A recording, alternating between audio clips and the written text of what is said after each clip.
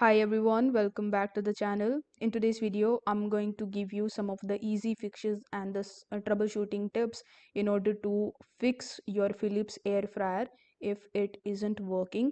So first of all, your air fryer is in the firmware update mode. If you are seeing these types of dashes or any error, so this update can take a few minutes and the air fryer cannot be used during this time.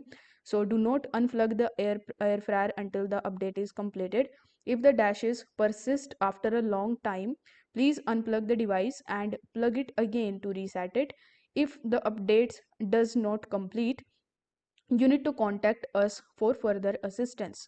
Second thing that you can do is, from this list you just have to simply check for the error codes.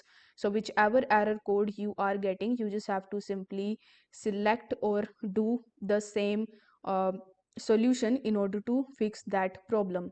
It will also show you some of the error code with a, so you just have to simply come to this page and select the error code that you are facing, and then you just have to simply follow the steps in order to fix that particular error.